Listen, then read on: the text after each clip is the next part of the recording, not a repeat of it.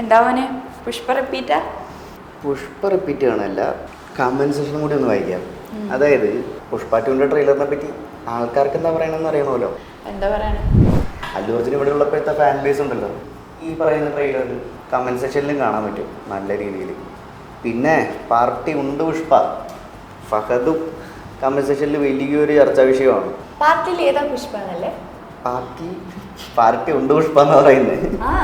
Comment സെക്ഷനിൽ വേറൊരു പ്രധാനപ്പെട്ട ചർച്ച എന്താണെന്ന് വെച്ച് കഴിഞ്ഞാൽ, ഇതിന് മുമ്പ് ഈ വർഷം റിലീസായിട്ടുള്ള പാൻ ഇന്ത്യൻ സിനിമകൾ വലിയ രീതിയിൽ സക്സസ്ഫുൾ ആവുന്നില്ല.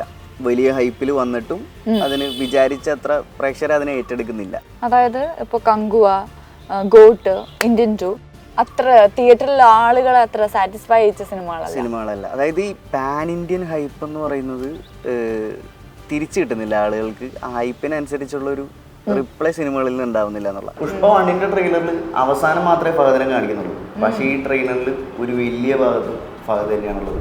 പിന്നെ വേറൊരു കാര്യം കമന്റ് സെക്ഷനിൽ കണ്ടത്, ഈ മഹേഷിന്റെ പ്രതികാരത്തിൽ ഫഹദിന്റെ ഇൻട്രോ എന്ന് പറയുന്നത് കുളിച്ച് വെള്ളത്തിൽ കയറി വരുന്നതാണ്. അതേ രീതിയിൽ തന്നെയാണ് ഇപ്പോൾ പുഷ്പ 2ന്റെ ട്രെയിലറിലും. ഇപ്പോൾ ട്രെയിലറിലുള്ള ഇൻട്രോ എന്ന് പറയുന്നത് വെള്ളത്തിൽ നിന്നാണ്. പിന്നെ ഒരു പ്രശ്നമുള്ളത്, എല്ലാവരും പറയുന്ന ഫഹദിന്റെ ഡബ്ബിങ് മലയാളത്തിൽ ഡബ് ചെയ്തിരിക്കുന്നത് വേറൊരാളാണ്. കാരണം ഈ ഫഹദിന്റെ ഒറിജിനൽ സൗണ്ട് നമുക്കിവിടെ ഒരുപാട് രജിസ്റ്റർ ആയ ഒരു സൗണ്ടാണല്ലോ, അതൊരു പ്രശ്നമായിട്ടാണ് ആളുകൾ പറയുന്നത്. കമന്റ് സെക്ഷൻ നോക്കി കഴിഞ്ഞാൽ ഞാൻ നോക്കിയപ്പോൾ കണ്ടെന്ന് വെച്ചത് തെലുങ്ക്, തമിഴ്, ഹിന്ദിയൊക്കെ കണ്ടു. പക്ഷേ മലയാളത്തിൽ കാണുമ്പോഴാണ് അല്ലു അർജുൻ സംസാരിക്കുന്ന പോലെ തോന്നിയത്. ജിസ്റ്റോയി അല്ലു അർജുൻ എന്നൊക്കെ വിളിക്കുകയാണ് ആളുകൾ.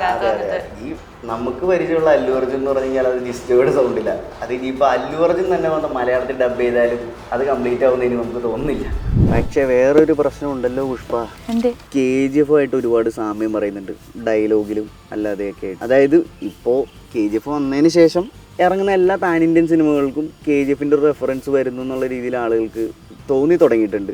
അല്ലു അർജുന്റെ 3 വർഷത്തിന് ശേഷം വരുന്ന അല്ലു അർജുൻ 3 വർഷത്തിന് ശേഷം വരുന്നു. സുകുമാർ ഒരു പടത്തിന് 2 പാർട്ടിന് വേണ്ടി ഇത്രയധികം സമയം സ്പെൻഡ് ചെയ്യുന്നു. സിനിമയുടെ ട്രെയിലർ ആവട്ടെ അല്ലെങ്കിൽ അതിന് പുറത്തുള്ള ഹൈപ്പുകളും ഒരുപാട് വലുതാണ്.